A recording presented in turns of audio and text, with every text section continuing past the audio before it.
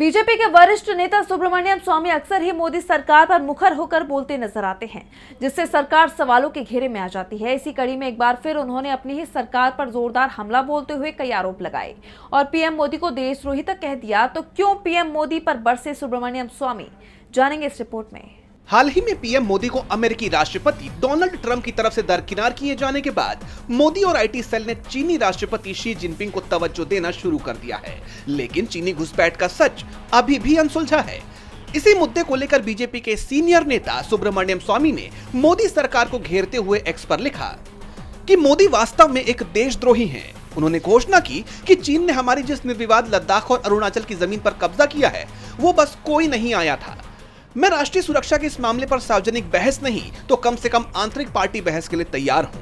पूर्व commander in chief को तो उनकी सेवानिवृत्ति के बाद उनकी किताब प्रकाशित करने की इजाजत भी नहीं दी गई है। स्वामी यही नहीं रुके, उन्होंने आगे कहा कि भारत चीन सीमा विवाद कोई नया मुद्दा नहीं है, लेकिन सवाल ये है कि देश की जनता को सच्चाई जानने से क्यों रोका जा रहा है।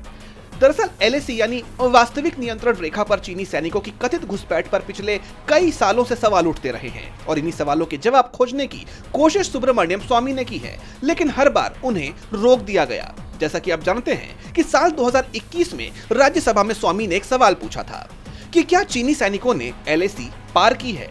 राज्यसभा ने उनका यह सवाल ही अस्वीकृत कर दिया।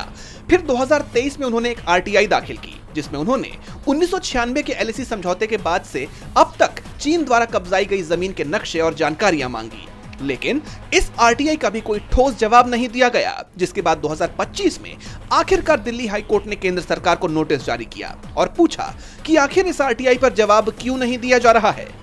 अब इन सवालों के जवाब न आने के बाद सुब्रमण्यम स्वामी ने कहा है कि यह हास्यास्पद ही नहीं बल्कि दुखद है कि मेरा सवाल राष्ट्रीय हित के नाम पर पूछने की अनुमति नहीं दी जा सकती। अगर सीमा पर घुसपैठ की सच्चाई छिपाई जाएगी तो पारदर्शिता और जनता का भरोसा दोनों खत्म हो जाएंगे।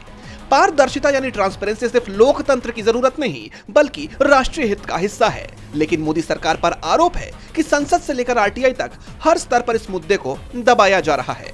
सीमा विवादों की सच्चाई छिपाने से जनता की सुरक्षा और विदेश नीति दोनों पर असर पड़ता है। डीबी लाइव की रिपोर्ट।